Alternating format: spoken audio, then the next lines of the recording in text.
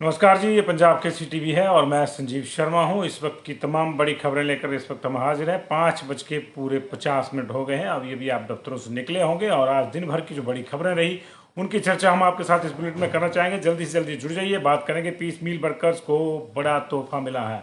Corona मुल्क आधार वालों के लिए भी एक बड़ा अहम फैसला हुआ है और कंप्यूटर टीचर्स की आज बात करेंगे, उनको राहत कब मिलेगी। और ये भी बात करेंगे कि कैसे फायर ब्रिगेड वालों के घरों के चूल्हे चलेंगे, क्योंकि उनकी भी दिक्कतें हैं करीब करीब वैसे ही। लगातार ये बात करेंगे। बात हम उस परीक्षा की भी करेंगे जो अभी तो बात हो रही थी JOAIT 817 की, लेकिन पोस्ट कोड 813 की बात करेंगे जो शास्त्रीय अध्यापकों के लिए हुआ था। उसका क्या हुआ, उसका रिजल्ट कब आएगा, ये सारी चीज़ें करेंगे जी। और फॉरेस्ट डिपार्टमेंट की भी बात करेंगे सनी ठाकुर जी। और धीरे धीरे सारे मसले उठा रहे हैं। काइंडली इसको आप शेयर भी कर दीजिएगा और जल्दी से जल्दी आप जुड़ जाइए। और एक एक करके जो है हम आज की जो तमाम खबरें हैं उनका जो है आगाज करना चाहेंगे। HRTC के आज बोर्ड ऑफ डायरेक्टर्स की मीटिंग थी और उसमें बड़ा फैसला हुआ है पीस मिल वर्कर्स को लेकर। लंबे समय से पीस मिल वर्कर्स हड़ताल पे थे और अब इनके साथ तकनीकी कर्मचारी भी 2 घंटे के लिए अपना काम छोड़ रहे थे। नौबत यहाँ तक आ गई थी कि 1000 से ज़्यादा बसें HRTC की खड़ी हो गई थी मरम्मत के चलते और 300 रूट ठप हो गए थे। लेकिन आज BOD की जो बैठक थी HRTC की, उसमें पीस मिल वर्कर्स के लिए बड़ा फैसला हुआ है। लेकिन इससे पहले बाकी फैसलों की जानकारी दे दें। HRTC बड़े पैमाने पर बसें खरीदेगी। लगभग 500 बसें 2 गो में खरीदी जाएंगी और 205 बसें पहले राउंड में जो खरीदी जाएंगी, ये मार्च 2022 से पहले पहले खरीदी जाएंगी। इन पे 69 करोड़ रुपए खर्चा जाएगा। 205 बसें हैं, इनमें 5 सुपर लग्जरी बसें जिनको वॉल्वो बसें आप बोल सकते हैं वो होंगी जी। 39 सीटर ये वॉल्वो बसें होंगी। 50 ऐसी बसें होंगी 51 सीटर AC बसें, एयर कंडीशन 50 बसें, 5 वॉल्वो, 50 51 सीटर AC बसें, 30 ऑर्डिनरी 35 सीटर बसें और 115 46 सीटर ऑर्डिनरी बसें। और इसके अलावा 5 टेम्पो ट्रैवलर भी जो छोटे मोटे रूटों पे चलते हैं दूर दराज के जहाँ सड़कें उतनी सही नहीं हैं। तो ये कुल मिला के 205 बसें जो हैं ये मार्च 2022 से पहले पहले खरीदी जाएंगी और फिर 22-23 के कोटे की 300 और बसें डीजल की खरीदी जाएंगी। ये भी फैसला हुआ है। ये 25 बसें जो है 30 सीटर होंगी, इसमें से 125 बसें 35 सीटर होंगी और 150 बसें जो हैं वो 40 सीटर होंगी। तो लगभग 2 गो में 500 बसें अगले 1 साल के भीतर खरीदी जाएंगी। इसके अलावा 50 इलेक्ट्रिक बसें भी खरीदी जाएंगी और 10 टेम्पो ट्रैवलर भी खरीदे जाएंगे इलेक्ट्रिक। इन पे इलेक्ट्रिक बसों पे और इलेक्ट्रिक टेम्पो ट्रैवलर पे 129 करोड़ रुपए खर्चा जाएगा। ये कुल मिला के आज BOD की बैठक में फैसला हुआ है। हालांकि जो पहले की इलेक्ट्रिक बसेज हैं, जो पहले की नीली बसेज हैं, वो कब चलेंगी कब नहीं, कैसे चलेंगी, क्यों नहीं चल रही, इसको लेकर कोई जवाब साहबों के पास नहीं होता। लेकिन चलिए, देर आए दुरुस्त आए, बसों की जरूरत है। 450 रूट ठप पड़े हुए हैं। 300 पीस मिल वर्कर्स की वजह से ठप हो गए थे। 450 तो कोविड के बाद आए ही नहीं। कोविड के दौरान 840 करोड़ का नुकसान हुआ था HRTC का। 950 करोड़ के आसपास पैसा सरकार ने दिया है, यानी 100 करोड़ एक्स्ट्रा सरकार ने HRTC को दिया है। लेकिन दिक्कत यह है कि अभी भी ड्राइवर कंडक्टर्स का ओवर टाइम का 54 करोड़ रुपया बचता है। वो कब दिया जाएगा कब नहीं, ये हमें नहीं मालूम, क्योंकि विधानसभा में भी ये तो बताया गया कि 54 करोड़ 53 करोड़ जो है वो भी पेंडिंग है, लेकिन कब दिया जाएगा ये नहीं बताया गया। तो अब बात पीस मिल वर्कर्स की कर लेते हैं। पीस मिल वर्कर्स को लेकर आज बड़ा फैसला हुआ। लंबे अरसे से वो हड़ताल पे थे, आज उनको लेकर जो है बड़ा फैसला हुआ। अब उनको कॉन्ट्रैक्ट पे लिया जाएगा जी। कॉन्ट्रैक्ट पे लिया गया। 1000 के आसपास ये लोग थे और अभी जो है ये 940 के आसपास जो है 400 के 450 जो है इनको 1300 के आसपास थे। 450 जो थे वो अनुबंध पे ले लिए गए थे पहले, लेकिन 900 से अधिक लोगों का मामला जो है वो फंसा हुआ था और उसी को लेकर जो है आज एक बड़ा जो फैसला है वो HRTC की बोर्ड ऑफ डायरेक्टर की मीटिंग में हुआ है। और ये कुल मिला के जो संख्या थी इनकी, उसके लिहाज से जो है अभी ये फार्मूला बनाया गया है कि जिन लोगों ने जो बचते हैं 950 लोग, जिनको जो है कहा गया है कि उनको जिनको फैसला हुआ है, तो फैसला जो है 3 चरणों में लागू होगा। इसको पूरा समझ लीजिए आप, 3 चरणों में होगा और इसमें 6 और 5 साल का अनुभव रखा गया है। ये दरअसल पूर्व सरकार के दौरान GS बाली के जब मंत्री थे तभी ये फैसला हो गया था कि इनको जो है इस आधार पर रखा जाएगा। 6 और 5 साल का फार्मूला तब बना कि जिन्होंने ITI की है उनको 5 साल में, जिन्होंने ITI नहीं की है उनको 6 साल में अनुबंध पे लाया जाएगा। लेकिन ये मामला फिर भी सिरे नहीं चढ़ा, तो सरकार बदल गई और बदली और 4 साल उस अगली सरकार के भी पूरे हो गए। लेकिन इनका इंतजार आज जाके पूरा हुआ है। अब ये कहा गया है कि जो सूचना है वो ये है कि जो 5 साल वाले हैं जिन्होंने ITI भी किया हुआ है, जिन्होंने ITI भी किया हुआ है और 5 साल का उनका कार्यकाल हो गया है, उनको 1 दिसंबर से, यानी ये बैक डेट इसी महीने से की पहली तारीख से उनको जो है कॉन्ट्रैक्ट पे ले लिया जाएगा। ये 663 लोग हैं जी, इस तरह के जी 663 लोग हैं। और जो नॉन ITI के बच जाते हैं वो 161 बचते हैं। इनको जो है 6 साल जिनके पूरे हो जाएंगे उनको जो है फरवरी 2022 में अनुबंध पे लिया जाएगा। 31 मार्च से पहले ले लिया जाएगा इनको भी। फरवरी 2022 में इनको ले लिया जाएगा और जो बाकी बचेंगे उनको सितंबर 2022 में लिया जाएगा। जो इनमें से भी बच जाएंगे, जो शेष बच जाएंगे, क्योंकि 663 ये हैं जो ITI वाले हैं। अगर ITI वाले 663 हैं उनको तुरंत प्रभाव से कॉन्ट्रैक्ट पे ले लिया गया है। और फरवरी में जो 61 बचते हैं, 161 बचते हैं जिन्होंने ITI नहीं की है लेकिन उनके 5 ही साल हुए हैं, तो 6 हो जाएंगे उनको जब पूरे, तो फिर उनको ले लिया जाएगा। ये पहले ही वर्कआउट कर लिया था। और उसके बाद जो अगर कोई बचते हैं तो 30 सितंबर 2022 तक उनको भी रेगुलर माफ कीजिए कॉन्ट्रैक्ट पे ले लिया जाएगा। और फिर आगे वो जो पॉलिसी है गवर्नमेंट की 2 साल के बाद वाली, उसके तहत वो रेगुलर भी हो जाएंगे। तो ये बड़े फैसले जो हैं हुए हैं HRTC की बैठक में। आज लंबे समय से ये संघर्ष चल रहा था, आज इनका संघर्ष जो है वो सफल हुआ है। और ये भर्ती जो है 2008 से की जा रही है और 28 डिपुओं में ये लोग कार्यरत थे। लेकिन बार बार पॉलिसी बनने के बावजूद भी इनकी कोई सुन नहीं रहा था जी, इनकी कोई सुन नहीं रहा था। सबकी बात करेंगे, निर्दोष जी करेंगे, SMC टीचर्स की बात भी करेंगे, सारी बातें करेंगे, धीरे धीरे आएंगे। लेकिन अभी हम जो है एक अगली जो बात करेंगे वो करेंगे कि कंप्यूटर टीचर्स को राहत कब मिलेगी। जी हाँ, कंप्यूटर टीचर्स को राहत कब मिलेगी। 20 साल से ये लोग संघर्ष कर रहे हैं। इनको 2001 में रखा था तत्कालीन सरकार ने और तब 2400 रुपये पे रखा था जिनको। अब ले दे के धीरे धीरे तब सेल्फ फाइनेंस पे रखा गया था इनको और 2001 से लगे हैं, 2012 तक ये सेल्फ फाइनेंस पे थे। 2013 से फिर इनको जो है किसी दूसरे मद से जो है एक मुश्त पैसा दिया जाने लगा और उसके बाद आउटसोर्स में कभी किसी गवर्नमेंट ने आज के आउटसोर्स में रखा है इनको, लेकिन किसी भी गवर्नमेंट ने इनके लिए नीति नहीं बनाई है। कुल मिला के 1421 टीचर हैं जी कंप्यूटर टीचर्स। और ये गवर्नमेंट और सीनियर सेकेंडरी स्कूल में जो है 9th से लेकर जो है 12th तक पढ़ाते हैं। इनमें से कोई BCA हैं, कोई MCA हैं, अच्छे पढ़े लिखे लोग हैं सारे के सारे। तमाम जो RNP रूल्स हैं उनको वो फुलफिल करते हैं। लेकिन प्रॉब्लम यह है कि इनको भी रेगुलर तो दूर की बात है, अभी को कॉन्ट्रैक्ट पे लेने को भी तैयार नहीं है। तो सरकार कब जागेगी कब नहीं जागेगी, ये भी एक बड़ा सवाल है। ये भी 1421 परिवारों का, और इसमें से अधिकांश लोग जो हैं वो अब रेगुलर नौकरी की दूसरी अगर कोई नौकरी उनको ढूंढनी हो तो उम्र जो है वो पूरी कर चुके हैं। कोई 45 साल से अधिक हो चुके हैं इनमें से मैक्सिमम लोग जो हैं, और कई टीचर 50 भी पार कर चुके हैं। ऐसी स्थिति में अगर इनके लिए कोई एक मुश्त राहत सरकार दे देती है तो फिर ये बड़ी बात होनी चाहिए। लेकिन ये समस्या जस की तस बनी हुई है। मैंने आपको बताया कि 2001 से लगे 2012 तक जो है ये सेल्फ फाइनेंस पे रहे, लेकिन बच्चों की जो फीस आती थी उसी के पैसे से इनको जो मानदेय था वो दिया जाता। सैलरी तो हम बोल नहीं सकते, उसको मानदेय दिया जाता है। 2012 के बाद इनको जो है एक मुश्त मानदेय मिलने लगा, लेकिन वो भी किसी नियम और उसके दायरे में जो है ना तो इनको अभी कॉन्ट्रैक्ट पे लिया गया, ना इनको रेगुलर किया गया। कब होंगे कब नहीं कोई पता नहीं है।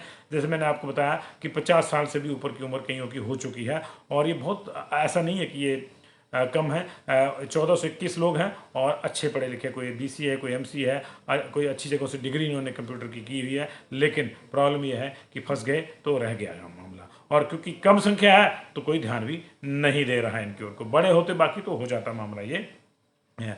अब बात हम अग्निशमन विभाग की करेंगे। अग्निशमन विभाग में भी कुछ इस तरह की विसंगतियाँ चल रही हैं जैसी पुलिस में चल रही हैं और होमगार्ड में चल रही है। पुलिस और होमगार्ड का हमने मुद्दा उठाया तो इन लोगों ने भी हमसे आग्रह किया कि हमारा भी मुद्दा जो है उठाया जाए। तो अग्निशमन विभाग की स्थिति ये है कि अभी जो है अग्निशमन विभाग में कुल मिला के 936 कर्मचारी हैं, 22 अग्निशमन केंद्र हैं, 3 उप अग्निशमन केंद्र हैं और 4 जो है 45 चौकी हैं। कुल मिला के 70 आउटलेट्स हैं जहाँ पे ये लोग काम करते हैं, 936 के आसपास। लेकिन इनकी भी दिक्कत यह है कि जब इनको शुरू में इंक्लूड किया गया था, तत्कालीन मुख्यमंत्री स्वर्गीय डॉक्टर यशवंत परमार ने इनकी अहमियत को समझते हुए इनको जो है सरकार के अधीन लाया था। उससे पहले ये कमेटी के अधीन चल रहा था अग्निशमन विभाग, और इसके बाद उनको जो है ज़्यादा वेतन देने की बात हुई थी बाकी विभागों के बनिस्बत। लेकिन 1986 में ये व्यवस्था बंद होगी और फिर धीरे धीरे बाद में जो है इनको जो है पुलिस सिपाही, असिस्टेंट सब इंस्पेक्टर तक के वेतनमान इनके बराबर चल रहे थे। लेकिन बाद में इसमें भी विसंगति आ गई और 2006 के वेतनमान जो 2009 में लागू किए गए और जो बाद में 2012 में संशोधित हुए थे, उसमें जो है अग्निशमन विभाग को पुलिस, रेवेन्यू यानी पटवारी जो है उसमें उनकी समकक्ष रखी गई थी। फॉरेस्ट गार्ड बनने कई विभागों से पीछे कर दिया गया।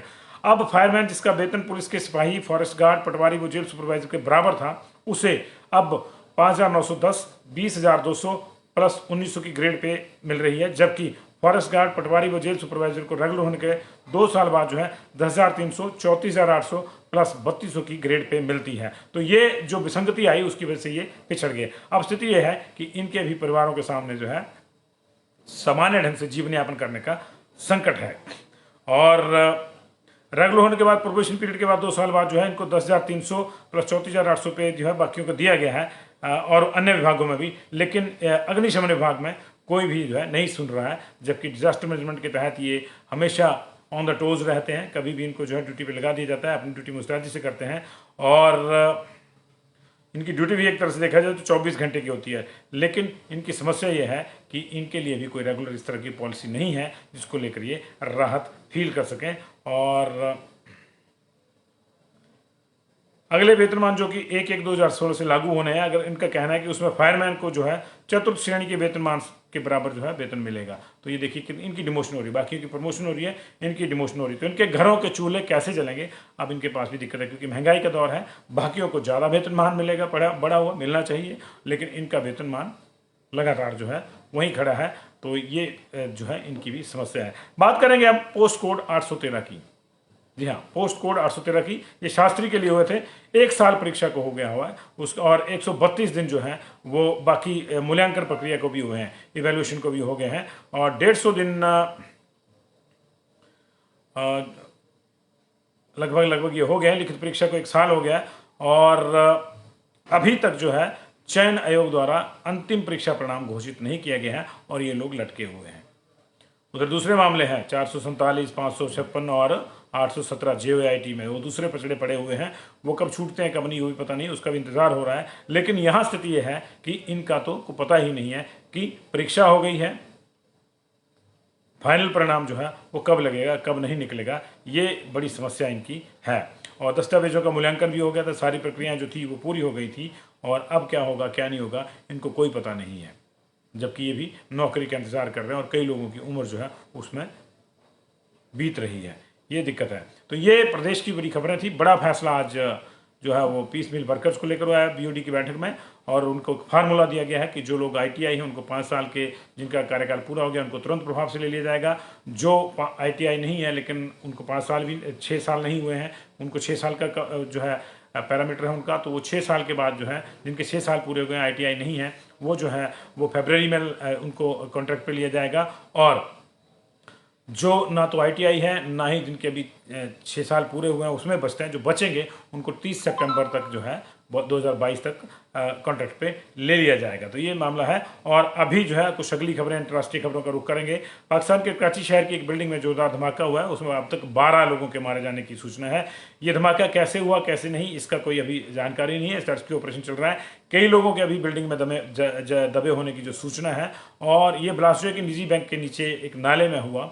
अभी ये कहना मुश्किल है कि आतंकी विस्फोट था, ये क्या था क्या नहीं था, लेकिन ऐसा माना जा रहा है कि इसमें कुछ गड़बड़ी वाला मामला नजर आ रहा है। उधर भारत ने आज फिर से अग्नि मिसाइल्स के एक इम्प्रूव जो वर्जन है, इम्प्रोवाइज्ड वर्जन जो है, उन्नत श्रेणी जो है उसकी एक मिसाइल का परीक्षण किया है।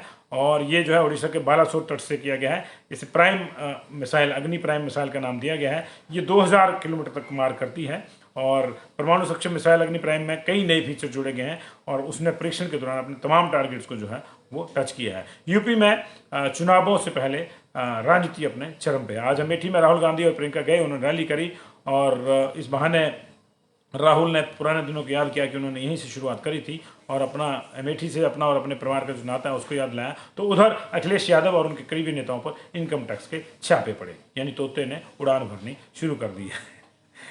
उत्तर प्रदेश में अखिलेश यादव के करीबी नेताओं पर के घरों पर जो है इनकम टैक्स की रेड पड़ी है। ये रेड्स लखनऊ, आगरा, मैनपुरी, मऊ में पड़ी है। और मऊ में सपा के जो सचिव है राजीव राय, मैनपुरी में मनोज यादव, लखनऊ में जैनेंद्र यादव के घर पर ये छापेमारी हुई है। ये इसकी डिटेल्स नहीं दी गई हैं, लेकिन निश्चित तौर से अब ऐसे मौके पर छापेमारी हुई है तो राजनीति का दोषारोपण तो होगा ही होगा जी। तो ये अब तक की बड़ी खबरें थी जी। और कोविड की अभी पूरी रिपोर्ट नहीं आई है, लेकिन कोविड के कांगड़ा में 11 केस आए हैं, बाकी जगहों से 7 केस आए हैं। कुल मिलाकर अभी 8 केस की बात आई है। 550 के आसपास जो है 526 रह गया था कल आंकड़ा। अभी ये आंकड़ा आज कम होता है या ज़्यादा होता है, ये 8 बजे के बाद ही पता चलेगा। लेकिन अभी की जो सूचना है उसके मुताबिक 17 केस नए आए हैं और इन 17 केसों में 11 कांगड़ा से हैं और उसमें भी एक ही गाँव से 3 केस हैं जी। ये जो है ये मामला चला हुआ है। और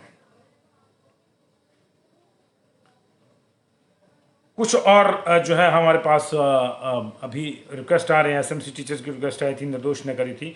एसएमसी टीचर को लेकर अभी कोई मामला जो है आगे नहीं गया है। वो चिट्ठियां वहीं की वहीं पड़ी हैं और फाइलें इधर से उधर घूम रही हैं। कब तक घूमेंगी कोई पता नहीं है। उधर पुलिस वालों का भी जस्टिस फॉर पुलिस वाला मामला भी वहीं लटका है। अभी उस कमेटी की रिपोर्ट ही नहीं आई है जिस कमेटी ने ये रिपोर्ट रखनी थी और 7 दिन के भीतर रखनी थी और 2 हफ्ते हो गए हैं। हफ्ते वाली रिपोर्ट जो है वो दूसरे हफ्ते में पहुँच गई है, लेकिन क्योंकि अब कल सैटरडे है, परसों संडे है, तो ये मामला जो है उस लिहाज से जो है मुझे नहीं लगता कि सिरे ये चढ़ेगा जी। तो संडे के बीच में छुट्टी है, आज सैटरडे है, तो ये मामला अब मंडे को जाएगा। मंडे में भी जो है ये क्या बनता है, इसका क्या नहीं बनता है, ये देखना होगा जी इसको लेकर। तो अभी तमाम चीज़ें इसी तरह से हैं। उधर पुलिस डिपार्टमेंट के जो लोग परेशान हैं, पे बैंड की मांग कर रहे हैं, उनके परिजन अब जो है बड़ी रैली की जो रणनीति है बना रहे हैं। उनका ये मानना है कि अब वो प्रधानमंत्री नरेंद्र मोदी से मिलने की कोशिश करेंगे और वहाँ इस मामले को उठाएंगे। अगर ऐसा होता है तो निश्चित तौर से ये भी सरकार के लिए श्रेयस्कर नहीं होगा।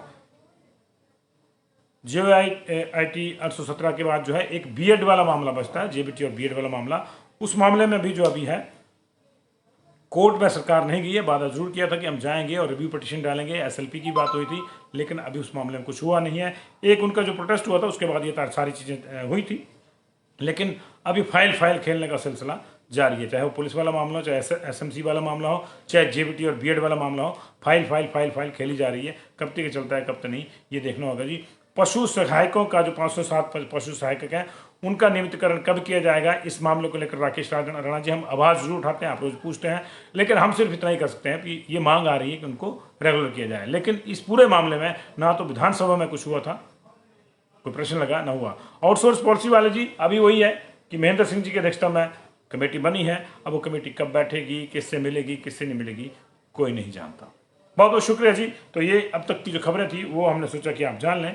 ओमिक्रॉन को लेकर आज कोई बड़ा अपडेट अभी नहीं आया है, लेकिन 113 के आसपास केसेस इंडिया में हो गए हैं और 12 राज्यों में जो है ये आ गया। करुणा मूलक को लेकर HRTC में एक बड़ा फैसला हुआ जी, आपने अच्छा याद दिलाया।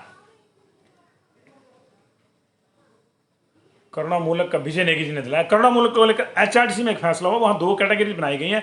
यदि किसी कर्मचारी की, ड्राइवर की, कंडक्टर की या दूसरे कर्मचारी की किसी हादसे में मृत्यु हो जाती है तो उसका जो आश्रित होगा उसको 3 महीने के भीतर नौकरी दी जाएगी। ये फैसला आज BOD में हो गया, लेकिन बाकियों के लिए अभी कोई फैसला बड़ा उस तरह का नहीं हुआ है। और जो नॉर्मल विभागों के करुणा मूलक है उनका मामला भी अभी अटका हुआ है। लेकिन एक बड़ा फैसला ये हुआ है कि HRTC में खुदा ना खास्ता कोई कर्मचारी अगर एक्सीडेंट का शिकार होकर उसकी सडन डेथ हो जाती है एक्सीडेंट की, तो उस केस में फेडरल कैटेगरी में उसको रखा गया है। उस केस में जो 3 महीने के भीतर नौकरी दी जाएगी। थैंक यू वेरी मच जी। अभिषेक चौधरी व्यथित हैं, लेकिन अभिषेक चौधरी हम आपके साथ हैं, हम लगातार पुलिस की आवाज़ उठा रहे हैं, लेकिन सरकार के लिए जो है वो अपना नहीं जी। कंप्यूटर टीचर का मैंने दीपक कश्यप जी बताया मैंने कि उनकी दिक्कत यह है कि उनको लेकर भी कोई पॉलिसी नहीं है। 1424 के आसपास इनकी स्ट्रेंथ है और अभी इनको ले दे के 13,000 के आसपास तनख्वाह मिल रही है। 50 साल से भी ज़्यादा की उम्र के कुछ हो गए हैं। तमाम नियमों को, तमाम जो अहर्ताएँ हैं उनको पूरा करते हैं, लेकिन प्रॉब्लम यही है कि बेचारे लंबे समय से संघर्ष करते हैं और जो इनकी डिमांड थी, जो इनकी उम्मीदें थी, वो अभी भी पूरी नहीं हो पा रही हैं। पहले आउटसोर्स पे रहे, फिर अब एक मुश्त पे हैं, तो ये भी मामला नहीं है। Thank you very much ji.